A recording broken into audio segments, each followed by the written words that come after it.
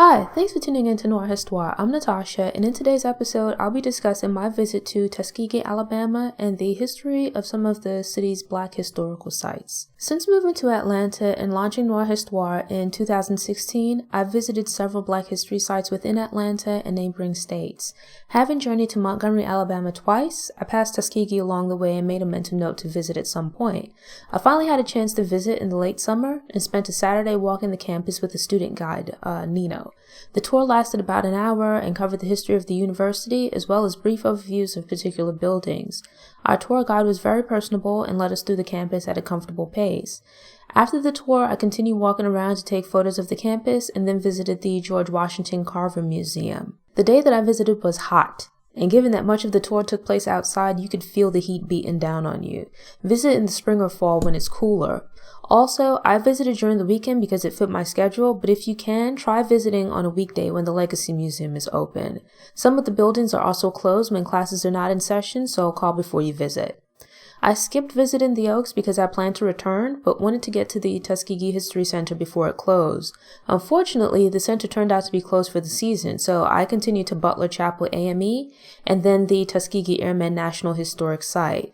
Tuskegee isn't a very long drive from Atlanta, so I'll try to return and see the inside of the sites that I missed. Most of the sites open at 9 a.m. and close between 4 to 5 p.m. I would estimate that you'd need about one day or a little bit more than that to see everything. But I say that with the caveat that I'm from New York City and thus walk very fast and for long distances without needing a break.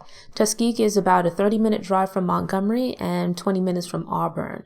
I would recommend visiting over a long weekend, staying in Montgomery, and seeing the sites in both Montgomery and Tuskegee. Tuskegee Institute National Historic Site. In 1880, local political and community leaders in Macon County, Alabama, struck a deal that led to the establishment of a school that would bring renown to the area. Lewis Adams was a former slave who had become a successful businessman and risen to prominence within the local Black community. While seeking re-election, an Alabama senator came up with a plan to use Adams' local clout to get Black votes in Macon County. Adams agreed to the deal and in exchange arranged for the senator to provide funds for a Black teaching school. With the help of George W. Campbell, a banker and former slave owner, Adams had arranged for the creation of the Tuskegee Normal School for colored teachers. While provisions had been made to pay teachers' salaries, no funds were available to establish the physical resources associated with schools. As a result, Tuskegee originated in a shanty on the grounds of a local church. Classes began on July 4, 1881, with 30 students, many of whom were the children of former slaves. Adams and Campbell also orchestrated the hiring of Booker T. Washington to serve as the first president of school. Washington had also been born a slave and lived in poverty following emancipation, but with determination was educated at Hampton Normal and Agricultural Institute. As a student, Washington worked as a janitor to help cover his tuition, worked as a school teacher for a few years after graduation before joining Hampton's staff. During his 35-year career at Tuskegee, Washington tirelessly raised funds for the school. Inspired by his experiences at Hampton, Washington sought to model Tuskegee after his alma mater.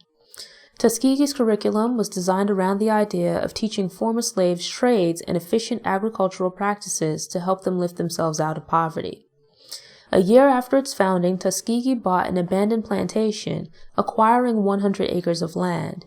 The purchase was partially funded by a personal loan from Hampton's treasurer. Early students at Tuskegee learned theory, but were also called upon to put their education to practical use. Students learned how to make bricks and used them to construct the school's buildings, which were designed by the faculty. With a heavy focus on agriculture, students grew their food while also taking classes about cooking and nutrition. Unlike some other institutions of the time, female students learned women's trades, but also studied math and science. George Washington Carver joined the faculty at Tuskegee as the head of the agricultural department in 1896. He used his knowledge of botany and science to research innovative and develop efficient agricultural practices. And besides teaching classes on the Tuskegee campus, he also helped to develop the movable school and Jessup wagon. These mobile educational resources allowed Carver to travel throughout rural Alabama to reach former slaves who could not travel to Tuskegee. The intellectual contributions of founders and early staff combined with the physical labor of early students helped to establish the Tuskegee campus. With financial contributions from benefactors, the school was able to grow substantially within a few years. Tuskegee would eventually become an iconic site in Black history and one of the most prominent historically Black colleges and universities, HBCUs. Tuskegee University is still a functioning school, but a 50-acre section of the campus became a National Historic Site in 1974. Two of the campus buildings, the Oaks and the George Washington Carver Museum, are owned and managed by the National Park Service. The National Park section of the campus is open to the public, and student-led tours are available with reservations. The George W. Carver Museum. The George Washington Carver Museum was formed in 1938 at the request of the president of the Tuskegee Institute. Serving as the campus laundry since its construction in 1915, the building that would house the museum was remodeled in 1938. Much of the funding for the establishment of the museum was provided by Carver himself. The items on display were gathered from Carver's lab, home, and personal art collection. The museum focuses on both Carver's life and career. A diorama of the property on which Carver spent his youth is on display. There are also childhood belongings and mementos that help to tell the story of Carver's developing interest in agriculture as a young man. In its original iteration, the museum primarily focused on Carver's botanical and landscape paintings, as per his request, but the available artworks decreased in number following a devastating fire in 1947. To adjust for the loss of items to the fire, the museum's curator reworked the exhibits on display. In its new format, the museum placed greater emphasis on Carver's lab equipment, specimens, and scientific achievements. There are also several photographs as well as a school on wheels and Jessup wagon that help to explain Carver's dedication to sharing his agricultural knowledge with the Black communities in rural parts of Alabama. I particularly liked the part of the exhibit that featured various vegetables preserved in jars. They were huge and looked like something from outer space. The museum was one of the Tuskegee Institute buildings donated to the National Park Service and serves as a welcome and information center. In addition to exhibits about Carver's life and career, the museum also contains information about the founding and expansion of the Tuskegee Institute. There are photos from the early 1900s of guests visiting agricultural workshops and markets. An extensive exhibit details Tuskegee's collaboration with NASA, as well as a small exhibit about the school's role in helping to treat children with polio in the local Black community. The Legacy Museum. The Legacy Museum is housed within the National Center for Bioethics and Research and Healthcare. The building had previously been used as a hospital and polio treatment center for the local community until its closure in 1987. Established in 1997, the museum was formed after President Bill Clinton acknowledged and apologized on behalf of the U.S. government for the Tuskegee syphilis study. Included in the multi-part plan to memorialize the victims of the study were provisions to create a museum in their honor. Instead of demolishing the hospital and building a new structure, efforts were made to preserve its historic exterior and craftsmanship by remodeling the building. The interior, that is. The museum is spread across 3 floors, one of which serves as storage for the museum's pieces that are not on display. The top floor houses 2 permanent exhibits focused on Henrietta Lacks and HeLa cells, as well as the untreated syphilis study. The other floor houses rotating exhibits from Tuskegee's collection and galleries for temporary exhibits. The Oaks. Located on the campus of Tuskegee University, the Oaks served as the home and president's office of Booker T. Washington.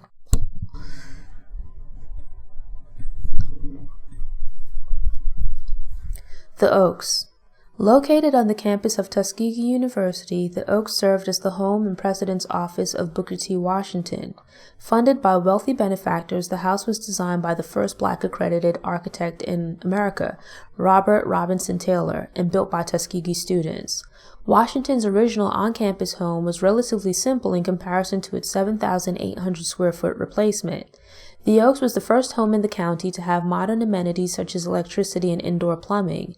The exterior was designed in the Queen Anne Revival style, and the interior was filled with furniture and decorative pieces made by students and local artisans. Construction of the Oaks began in 1899 and was completed in 1900, at which time Washington and his family moved in. This would remain Washington's home until his death in 1915. In 1925, Tuskegee purchased the home from Washington's family, where ownership remained until 1974 when it came under the domain of the National Park Service.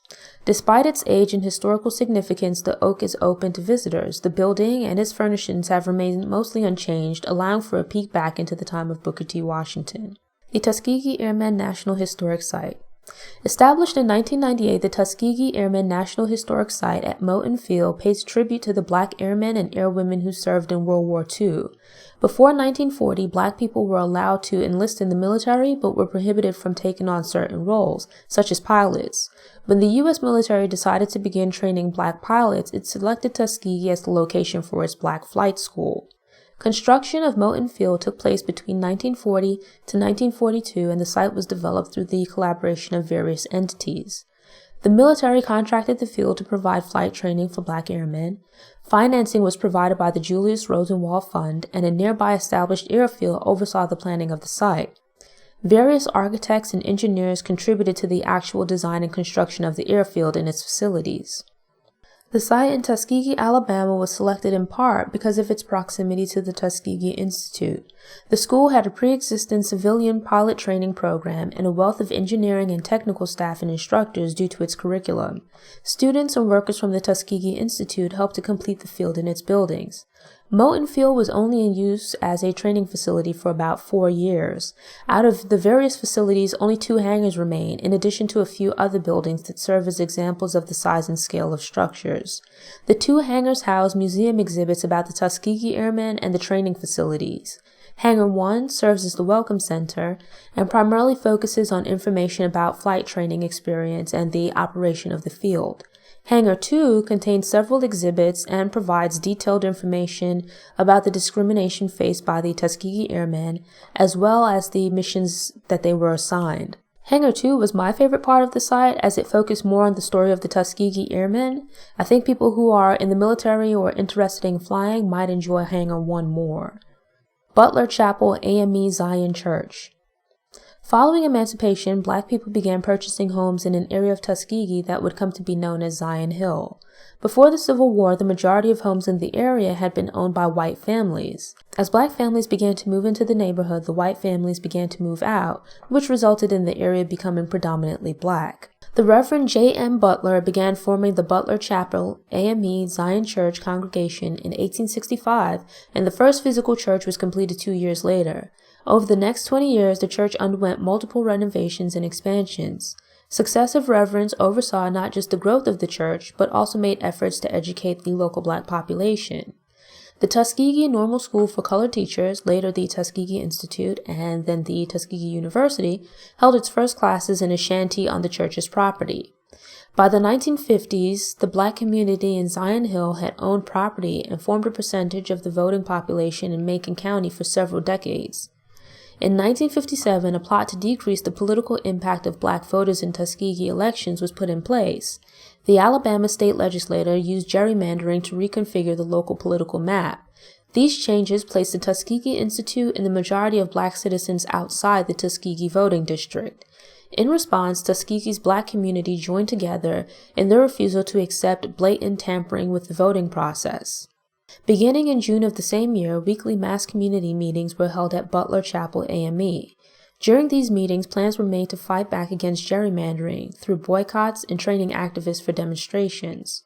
Things remained unchanged until 1961 when the Supreme Court ruled against the state legislature.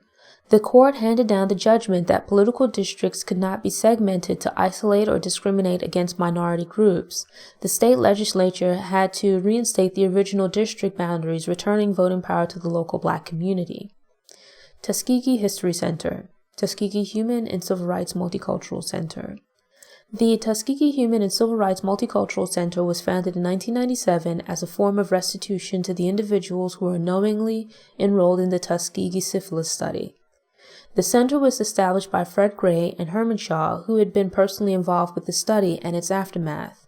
Shaw was a survivor of the study, and Gray represented the victims of the study in the lawsuit that obtained damages and the construction of a permanent memorial. Over the years, the center has expanded its focus beyond the syphilis study. Permanent exhibits now include the history of the African Americans, European Americans, and Native Americans who lived in the area. As a result, the museum is now known as the Tuskegee History Center and has served as the Macon County Visitor Center since 2002 and the Tuskegee Visitor Center since 2003. The expanded Tuskegee History Center has collaborated with the Smithsonian and U.S. Forest Service on both temporary and permanent exhibits related to local history. Something to note is that the Tuskegee History Center is not open year-round, or at least it was not at the time that I visited. I checked the Google search listing for its hours and used Google Maps to navigate to its location, only to find a sign that explained the center is only open during the summer. It seems that the Google search listing has since been updated, but I'd recommend calling first to confirm that they'll be open during the time you intend to visit. Thanks for tuning in. If you enjoyed this episode, please click the thumbs up button and share it online. I hope you'll also subscribe to the channel and return for future episodes to get motivated, get inspired, and get stories of Black history made and in the making. Until next time, take care. For show notes, visit noirhistoire.com via the link in the episode description. While you're there, subscribe to the Noir Histoire newsletter to get fresh content delivered straight to your email inbox. You can also shop for Noir Histoire merchandise and accessories. I hope you enjoy the rest of your day.